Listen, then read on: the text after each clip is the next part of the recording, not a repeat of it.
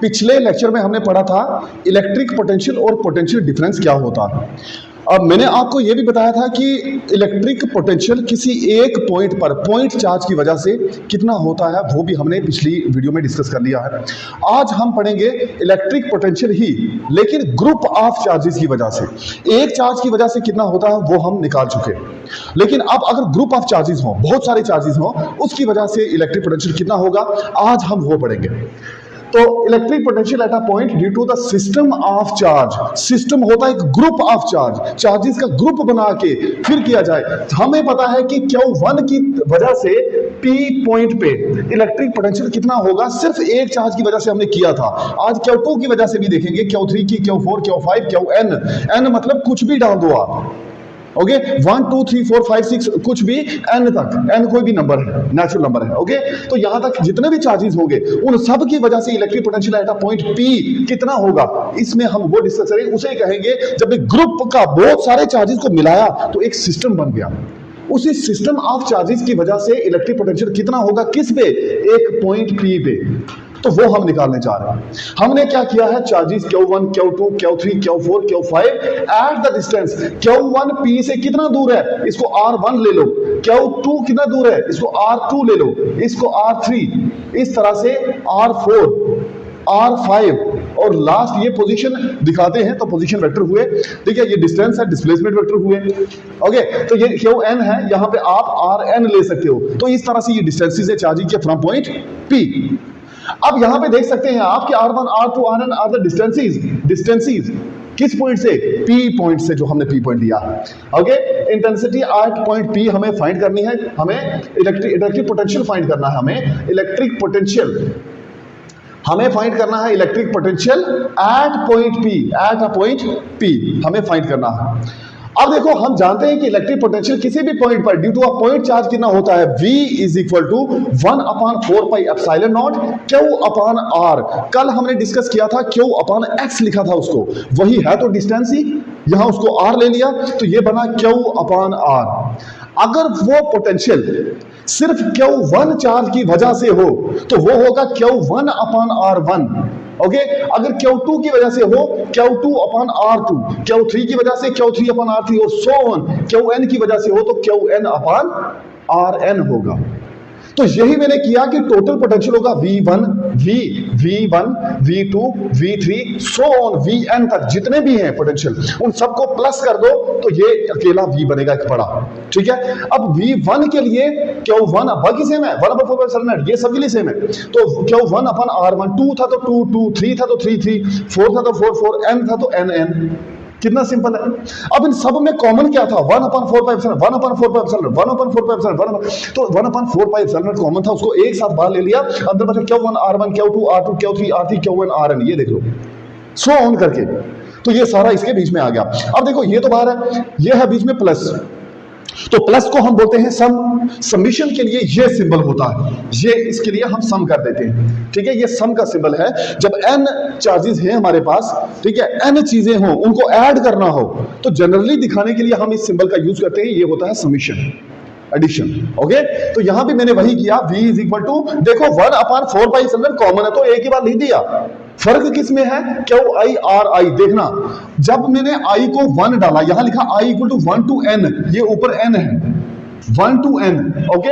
1 to n लिखा तो 1 लिखा तो सबसे पहले यहां 1 डालेंगे, बनेगा Q1 अपॉन R1, तो ये बन जाएगा Q1 अपॉन R1।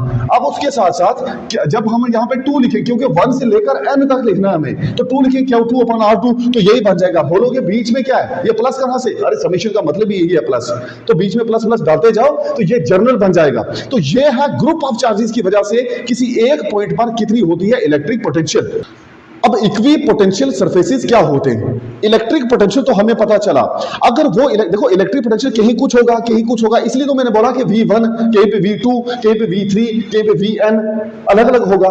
लेकिन एक ऐसी जगह जहां पे ये सारे सेम हो, बल्कि जितना V1 होगा V2 भी उतना, V3 भी उतना, उसकी हर सरफेस के हर कोने में जो पोटेंशियल है, इलेक्ट्रिक पोटेंशियल है ना, वो अगर सेम सेम होता है तो हम ये कहेंगे कि वो जो सरफेस है वो इक्वी पोटेंशियल सरफेस है। इक्वी मतलब इक्वल, पोटेंशियल मतलब इलेक्ट्रिक पोटेंशियल, सरफेस मतलब वो जगह, एक ऐसी जगह जहां पे पोटेंशियल इक्वी हो, इक्वल हो, सेम सेम हो, उसको बोलते हैं क्या? Equi potential surface. अब देखो इक्वी पोटेंशियल सरफेस पे जब मैंने कहा कि पोटेंशियल सेम सेम है तो पोटेंशियल के बीच में फर्क नहीं है, तो फर्क नहीं है तो सेम में से सेम माइनस करने पर आंसर आता है 0। इसका मतलब टोटल पोटेंशियल का डिफरेंस कितना है? पोटेंशियल डिफरेंस कितना है? 0।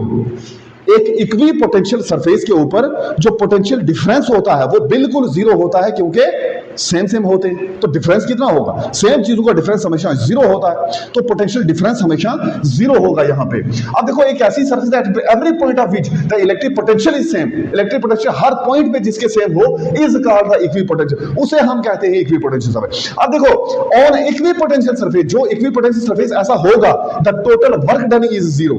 अब टोटल वर्क डन किस तरह से 0 है?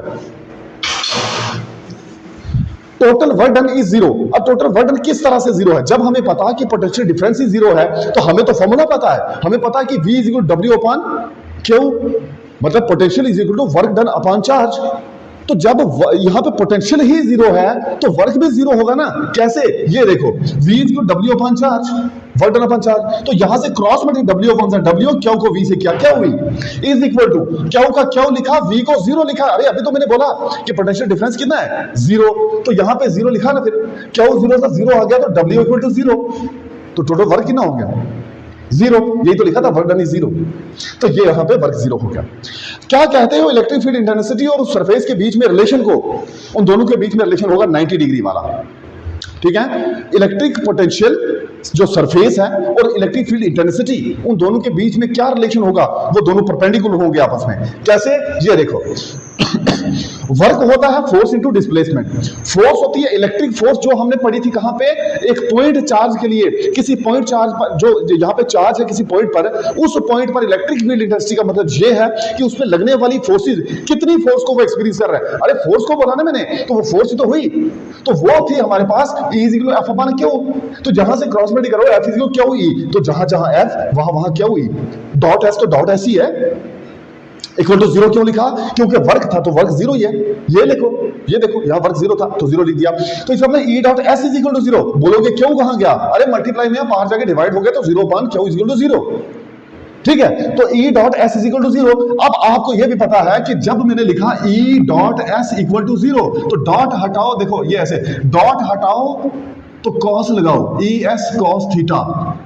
ठीक है? तो वेक्टर को स्केल बना दिया मैंने, तो cos थीटा, इसको मैं ऐसा क्या, इलेक्ट्रिक फील्ड इंटेंसिटी 0 नहीं है। अच्छा सरफेस वो तो है नहीं 0, वो कुछ तो सरफेस होगा ना, कुछ एरिया होगा, कुछ लेंथ होगी। ठीक है? वो 0, तो 0 होगा तो cos ही होगा। तो आपको पता अगर cos थीटा 0 हो तो cos कितने डिग्री पे 0 होता है? 90 डिग्री पे। तो cos 90 इक्वल टू 0 होता है ना, cos 90। इसको आप लिख सकते हो theta is equal to cos 90। cos cos कटा तो थीटा इक्वल टू 90, मतलब एंगल 90 डिग्री का।